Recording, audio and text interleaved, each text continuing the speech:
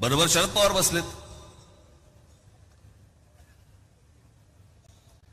या फोडाफोडीच्या राजकारणाची या महाराष्ट्रामध्ये जर कोणी सुरुवात केली असेल तर ती शरद पवारांनी सुरुवात केली. पहिल्यांदा काँग्रेस फोडली त्यांनी.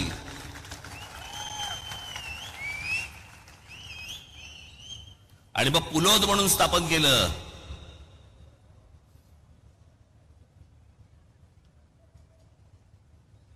साधारणपणे 77-78 सालची 78 वगैरे सालची गोष्ट असली. पुलोद म्हणून स्थापन केलं. पहिल्यांदा या महाराष्ट्रामध्ये अशा प्रकारचं फोडाफोडीचं राजकारण पहिलं जे सुरू झालं हे शरद पवार साहेबांनी सुरुवात केली या गोष्टींची.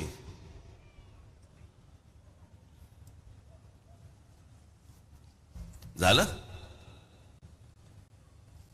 मग 1991 पुन्हा या शरद पवारांनी छगन भुजबळांना